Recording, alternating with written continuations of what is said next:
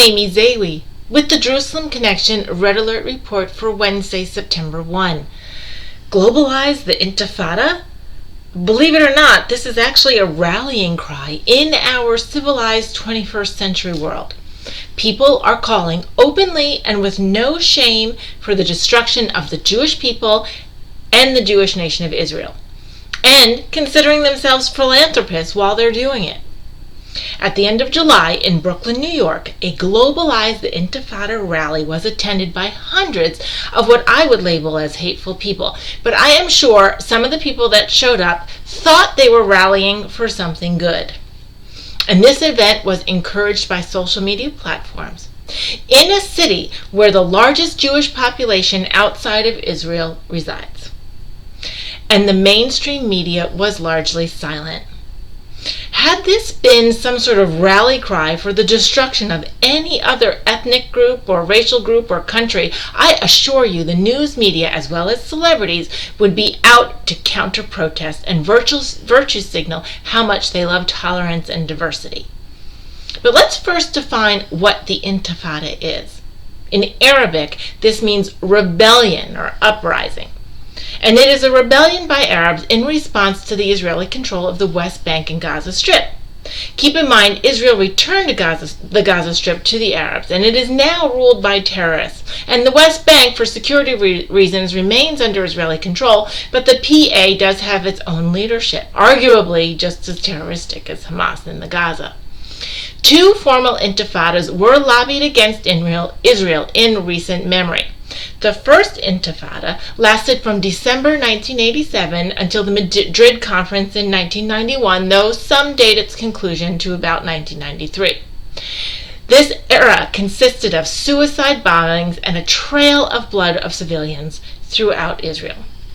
Over these 6 years, the IDF killed an estimated 1,200 Palestinians. Among Israelis, 100 civilians and 60 IDF personnel were killed, and more than 1,400 civilians and 1,700 Israeli soldiers were injured. During the second Intifada, from 2000 to 2005, Palestinian terrorist groups, including Hamas, Palestinian Islamic Jihad, and some others affiliated with Fatah, carried out hundreds of terrorist attacks against Israeli civilians and security personnel. They killed more than 1,000 during this period, and untold were injured. This second Intifada prompted the building of the security wall, which is now used as a prop by anti-Zionists to claim that Israel is an apartheid state. Never mind that Greece has a wall between it and Turkey, and many nations on this planet have security walls in efforts to control bad elements from entering into the nation to hurt civilian populations. Building walls keeps bad elements out, and it's not the same as building a wall to keep good people in. As well, security checkpoints do exist in Israel for the movement of workers and others throughout jurisdictions. But what else can we learn from this Globalize the Intifada event in July?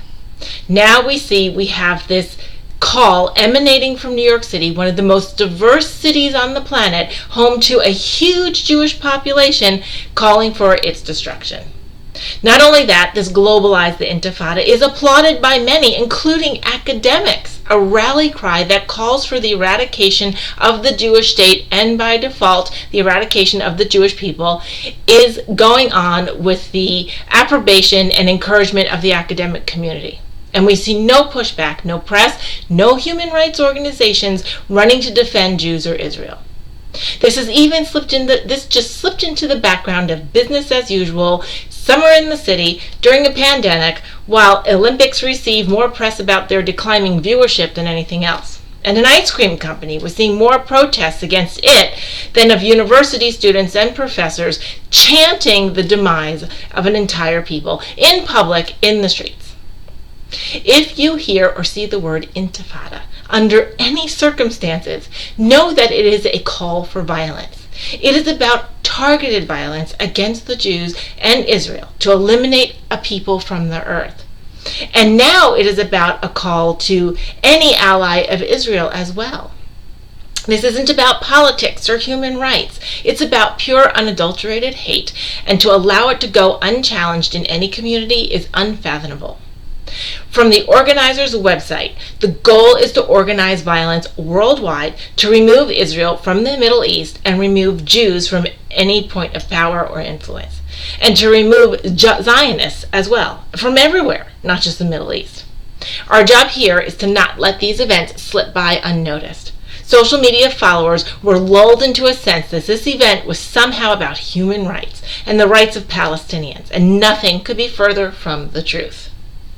To see reactions of Jewish organizations to this event, I provide you the following news link, and it is consolidated in the Jewish Journal on their news page. Please be praying for those on the front lines of unveiling the hate and cancer of anti-Semitism that lives within our very own cities and resides with full impunity within our universities, both private and public. Pray for our students. Pray for the students, Jews and Zionists, who are suffering under these anti-Semitic academics and conditions in our institutes of higher learning and on the streets of where they live and in our communities. Expose and counter any call for a global intifada wherever you have a chance and wherever you see it. Explain what it is in truth. It is violence and it is wrong. Shavua Tov, and have a great week.